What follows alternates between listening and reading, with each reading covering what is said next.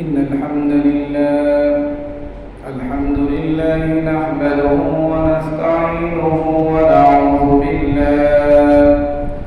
ونعوذ بالله من شرور أنفسنا ومن سيئات أعمالنا من يهده الله فلا مضل له ومن يضلله فلا هادي له ونشهد أن لا إله إلا الله وحده لا شريك له ونشهد أن سيدنا وسندنا وحبيبنا ومولانا محمد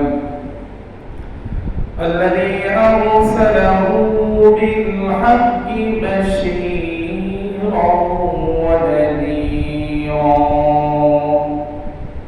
وداعيا إلى الله بإذنه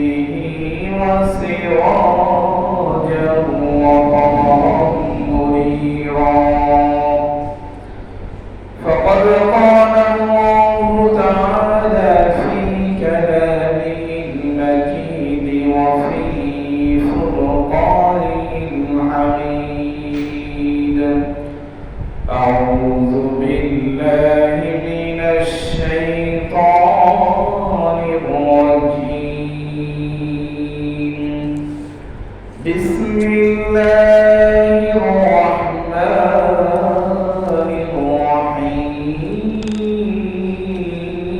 الرحيم ربنا إني أسكنت من ذريتي بواد غير ذي زرع عند بيتك المحرم ربنا ليقيموا الصلاة فاجعل أفئدتهم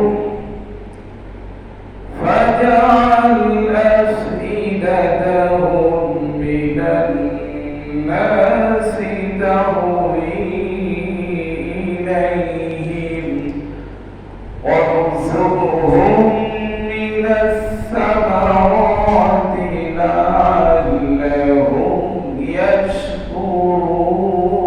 يشكرون ربنا إنك تعلم ما نخفي وما نعلن وما يخفى على الله من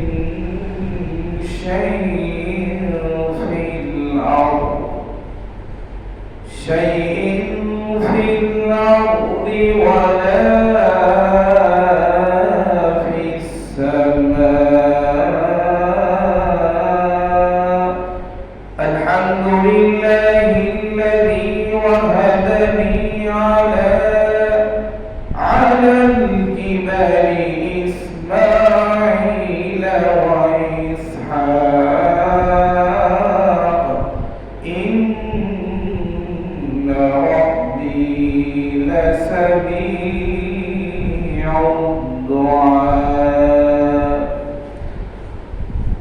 إن الله وملائكته يصلون على মালিকের দরবারে লাখ কোটি শুকরিয়া আদায় করি যে মহান সুবহানাহু ওয়া তাআলা আমাদেরকে সালাতুল জুমা আদায় করার জন্য তার ঘরে আসার এবং বসার তৌফিক দান করেছেন এই জন্য সেই মহান মালিকের দরবারে আমরা সকলেই কালিমাত শুকর আদায় করি সকলেই বলি আলহামদুলিল্লাহ আমরা আবার শুকরিয়া আদায় করি যে মহান মালিক আমাদেরকে হায়াতে তৈয়বা দান করেছেন সুস্থতা দান করেছেন অনেক মানুষ এই মুহূর্তে বিভিন্ন অসুস্থতার ভিতরে হাসপাতালের বেডে এমনকি আইসিইউর ভিতরে আছেন আল্লাহ রাব্বুল আলামিন তার থেকে আমাদেরকে ফানি করে সুস্থ রেখে মসজিদে আসার বসার তৌফিক দান করেছেন এই জন্য আবার শুকরিয়া আদায় করি সকলে বলি আলহামদুলিল্লাহ সম্মানিত হাজিরিন আমাদের সামনে হজের মাস আসতেছে, এই জন্য হজ সংক্রান্ত কিছু আলোচনা আপনাদের সামনে আমি করার জন্য মহাগ্রন্থ আল কোরআনে সূরা ইব্রাহিম থেকে কয়েকটা আয়াত তেলাওয়াত করেছি। আমি ইনশাআল্লাহ আপনাদের সামনে এই জুমায় হজ সংক্রান্ত কিছু আলোচনা করব। এই হজ সংক্রান্ত আলোচনা করার আগে আল্লাহ রাব্বুল আলামিন হযরত ইব্রাহিম আলাইহিস সালাতু ওয়াস সালামকে এই পৃথিবীতে যখন পাঠিয়েছিলেন, পাঠানোর পরে আল্লাহ রাব্বুল আলামিন সূরা বাকারার ভিতরে বলছেন যে আমি ইব্রাহিম আলাইহিস সালাতু ওয়াস সালামকে এই পৃথিবীতে পাঠানোর পরে ওয়াইদ বিতালা ইব্রাহিম রাব্বুহু বিকালিমাতিন ফাআতামনাহুন্না, আমি ইব্রাহিম আলাইহিস সালাতু ওয়াস সালামকে কিছু পরীক্ষা নিয়েছিলাম। আল্লাহ রাব্বুল আলামিন বলেন এই পরীক্ষা নেওয়ার পরে ফাআতামনাহুন্না, ইব্রাহিম আলাইহিস সালাতু ওয়াস সালাম এই পরীক্ষায় পাশ করেছেন। কেন এই পরীক্ষা নিয়েছিলাম? আমরা জানি আল্লাহ রাব্বুল আলামিন এই পৃথিবীতে যত নবী রাসূল যাদেরকে পাঠিয়েছেন সকলকে কোনো না কোনো পরীক্ষা দিয়ে নবুয়ত লাভ করতে হয়েছে। ঠিক তত এখান থেকে আমরা জানতে পারি কোন একজন আল্লাহর ওলি যদি এই পৃথিবীতে লাভ করতে হয় তাহলেও কিন্তু আপনাকে আমাকে কিছু পরীক্ষা দিয়েই আল্লাহ রাব্বুল আলামিনের সেই বিশেষ বান্দার কাতারে যাইতে হবে। যেমন ব্যক্তি তার পরীক্ষা ঠিক তত ছিল। আমরা জানি যারা বর্তমান সমাজে পড়াশোনা করেন, যারা একটু মেধাবী, আমরা তাকে কি করি ডাক্তার বানানোর স্বপ্ন দেখি।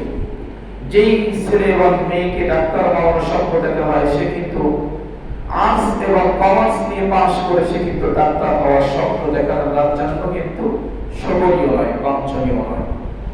অবশ্যই ওই স্টুডেন্টকে সায়েন্স গ্রুপ থেকে পাশ করতে হবে, ভালো রেজাল্ট করতে হবে, দেন তারপরে তাকে ডাক্তারি পড়ানোর জন্য মনস্থ করতে হবে। ঠিক তদ্রূপ আল্লাহ রাব্বুল আলামিন বলেন আমি যত পয়গম্বরকে এই পৃথিবীতে প্রেরণ করেছি সকলকে পরীক্ষা নিয়েছি, পরীক্ষায় পাশ করে তারপর তাকে নবুয়ত দেওয়া হয়েছে।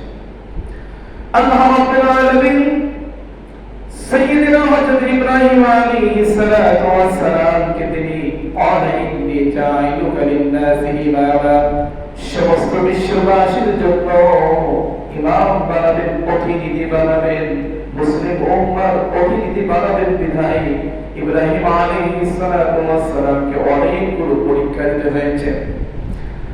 আল্লাহ রাব্বুল আলামিন বলেন وَإِذِ ابْتَلَى إِبْرَاهِيمَ رَبُّهُ بِكَلِمَاتٍ فَأَتَمَّهُنَّ قَالَ إِنِّي جَاعِلُكَ لِلنَّاسِ إِمَامًا قَالَ وَمِنْ ذُرِّيَّتِي قَالَ لَا يَنَالُ عَهْدِي الظَّالِمِينَ। ইব্রাহিম আলাইহিস সালাতু ওয়াস সালামকে যখন পরীক্ষা নেওয়া হলো, তার ভিতরে সর্বপ্রথম পরীক্ষা নেওয়া হলো ইব্রাহিম আলাইহিস সালাতু ওয়াস সালামকে একজন অগ্নি পূজক, সেই অগ্নি পূজকের ঘরে তাকে পাঠিয়ে প্রথম পরীক্ষা নিলেন। প্রথম পরীক্ষা ইব্রাহিম আলাইহিস সালাতু ওয়াস সালামকে একজন কঠিন অগ্নি পূজক, অগ্নি পূজা যাকে বলে আমাদের পূজা যে করে তার ঘরে তিনি তাকে পাঠিয়েলেন। কেমন ভাবে পাঠিয়েলেন? ইব্রাহিম আলাইহিস সালাতু ওয়াস সালামের পিতার নাম হচ্ছে আযর। এই আযর কিন্তু সে একজন নমরুদের কি ছিল, কঠোর অগ্নি পূজারী ছিল, সে অগ্নি পূজা করত। সেই ঘরে যখন ইব্রাহিম আলাইহিস সালাতু ওয়াস সালামকে পাঠালেন, ইব্রাহিমকে পাঠানোর পরে প্রথম পরীক্ষা তার জন্য শুরু হয়ে গেল। ছোটবেলা থেকে আমরা আমাদের সন্তান যারা মুসলিম ঘরে জন্মগ্রহণ করেছি, আমরা আমাদের প্রত্যেকের সন্তানদেরকে আমরা কি করি, কিছু এলেম শিক্ষা দিই, কিছু ইসলামের জ্ঞান তাদেরকে আমরা শিক্ষা দিই। ঠিক তদ্রূপভাবে যে ব্যক্তি হিন্দু পরিবারে যে সমস্ত সন্তানেরা জন্মগ্রহণ করে সেই ছোটবেলা থেকেই তাদেরকে কি করে দেবদেবীর সামনে মাথা নত করার কি করে শিক্ষা তাদেরকে দেওয়া হয়। ঠিক তদ্রূপভাবে ইব্রাহিম আলাইহিস সালাতু ওয়াস সালামকে যখন তার পিতা আযরের সামনে নিয়ে কি করলো অগ্নি পূজা, তখন তাকে কি করলো শিক্ষা দিল। ইব্রাহিম আলাইহিস সালাতু ওয়াস সালাম কখনো একটা মুহূর্তের জন্য কিন্তু তিনি অগ্নি পূজার সামনে মাথা নত করেন নাই, মূর্তির সামনে তিনি মাথা নত করেন নাই।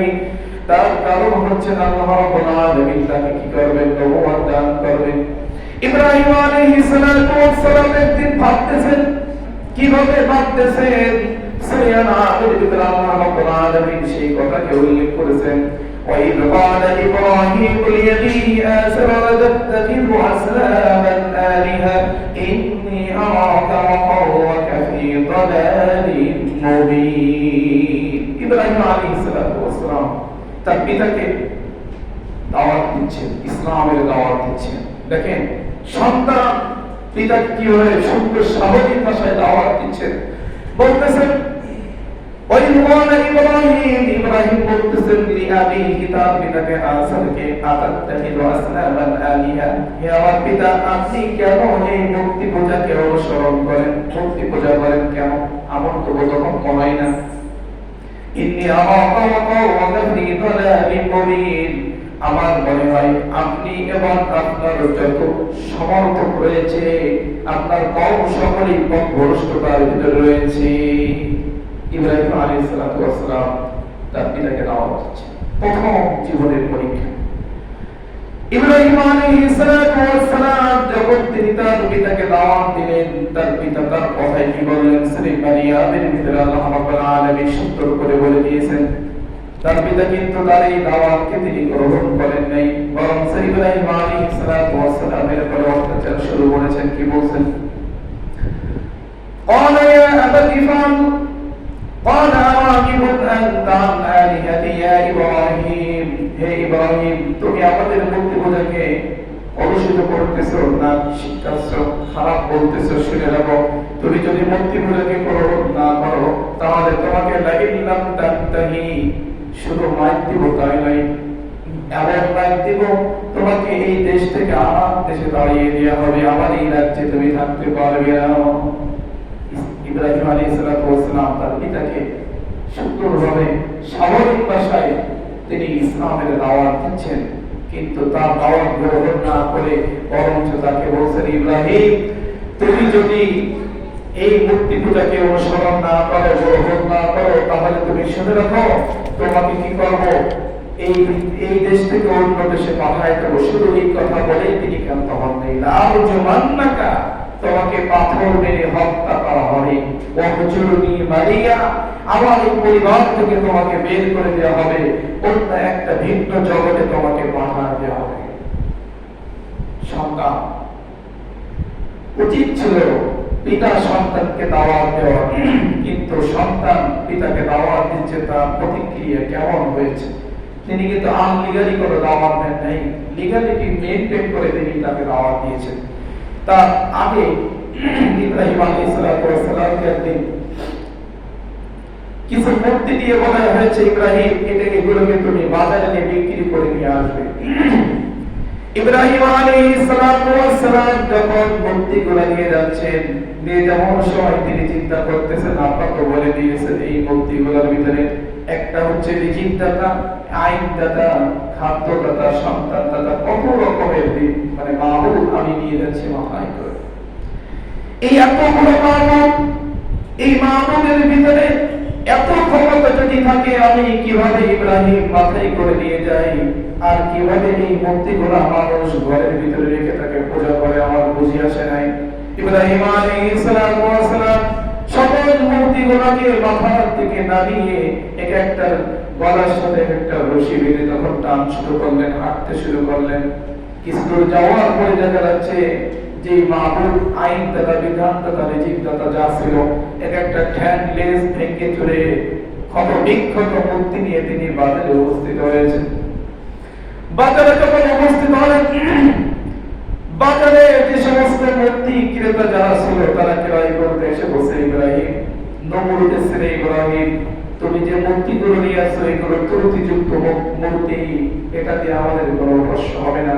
ইব্রাহিম আলাইহিস সালাতু ওয়াস সালাম ওই মূর্তি পূজক যারা মূর্তি কিনতে চলে আসছিলেন তাদেরকে বলছেন, দেখো ভাই, আমি যখন মাথায় নিয়ে আসতেছিলাম এক একটা ক্ষমতার বলে একটা মারামারি করে হাড্ডি কুড্ডি ভেঙে গেছে, আমার কোনো দোষ নয়, আমার কোনো দোষ না, দোষটা কি আমার? একটা যদি রিজিক দাতা হয় আর একটা যদি হায়াত দাতা হয়, একটা একটা সাথে যদি ঘুষাঘুষি করে, মারামারি করে, আমার তাতে কি সমস্যা? মারামারি করে হাঁটি ভেঙে গেছে, ঠ্যাং ভেঙে গেছে।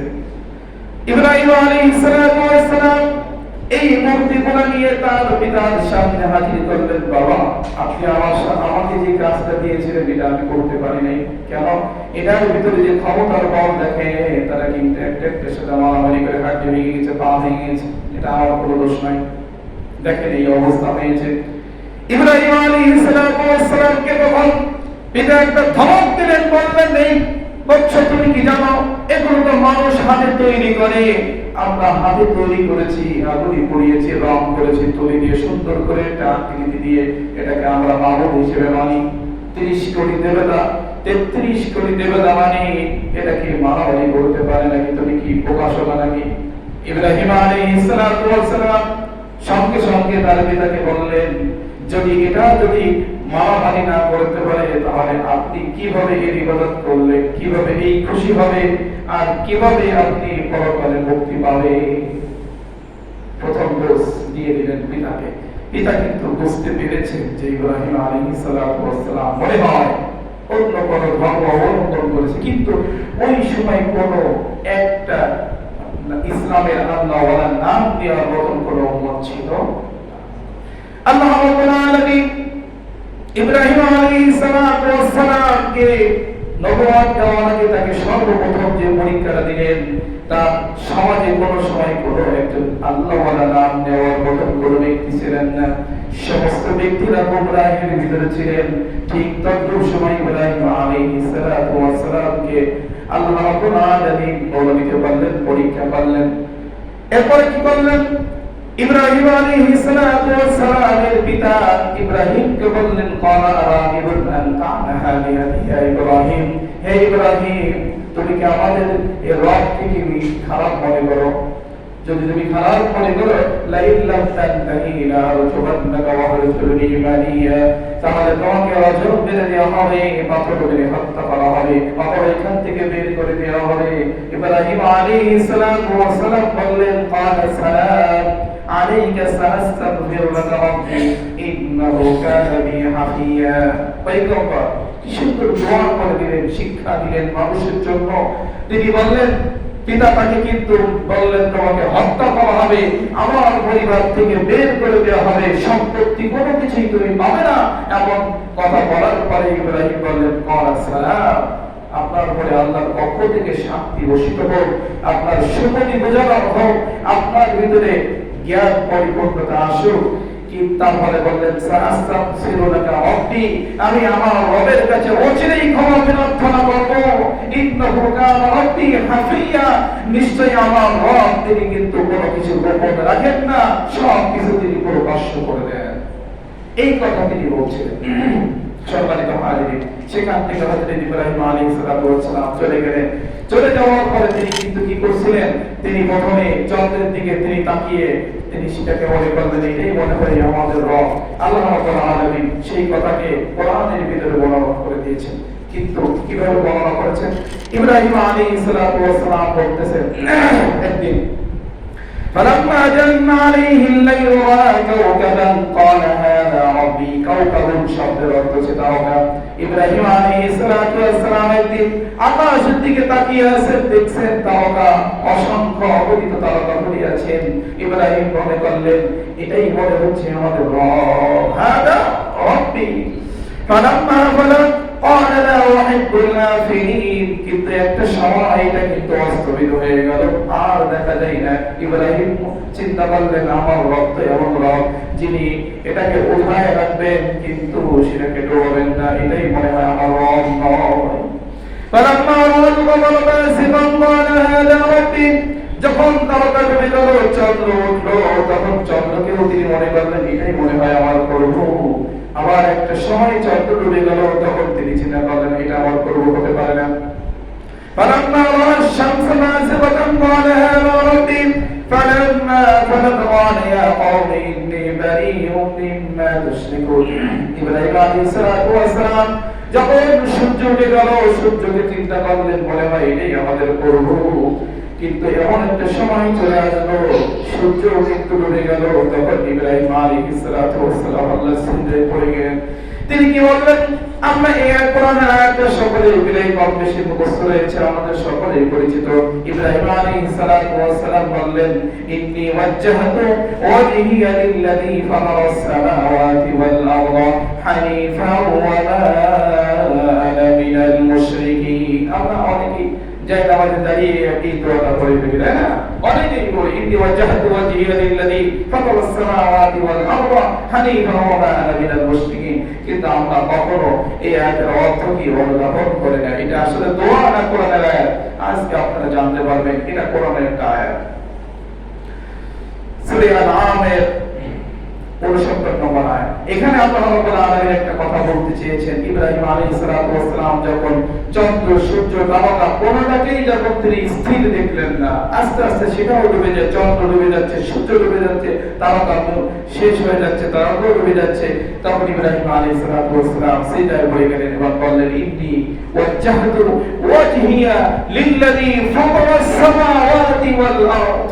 আসমান এবং জমিনের একচ্ছত্র মালিক যে মহান, সেই মহান মালিকের দিকে আমি মুখ ফেরাই নিচ্ছি। ওয়াজ্জাহতু, আমি মুতাওয়াজ্জিহ হচ্ছি, আমি মুখ ফেরাই নিচ্ছি। আল্লাহু হানিফা ওয়া মা আনা মিনাল মুশরিকিন। এ আল্লাহ রাব্বুল আলামিন, আমি কিন্তু মুশরিক নই, আমি একমাত্র আপনার বান্দা, আপনার গোলাম। এইভাবে তিনি আল্লাহ রাব্বুল আলামিনের কাছে সারেন্ডার করলেন। সম্মানিত হাজিরিন, ওয়া মা আনা মিনাল মুশরিকিন। ইব্রাহিম আলাইহিস সালাতু ওয়াস সালাম এই কথা কেন বললেন? তাফসীরে মাযহারি লেখেন, সুন্দর করে বোঝায় দিয়েছেন যে ওই সময় তৎকালীন মানুষের প্রধান পেশা ছিল অগ্নি পূজা করা। নমরুদ যে অগ্নি পূজা করা, এটা ছিল প্রধান মানুষের পেশা ছিল। মানুষ মুশরিক ছিল, অগ্নি পূজা করত।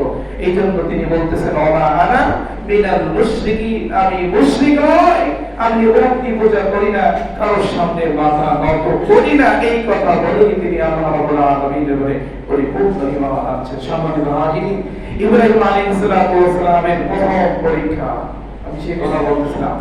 দ্বিতীয় নম্বর পরীক্ষা, ইব্রাহিম আলাইহিস সালাতু ওয়াস সালাম যখন বয়স্ক হয়ে গেলেন, তখন তাকে কি করা হলো?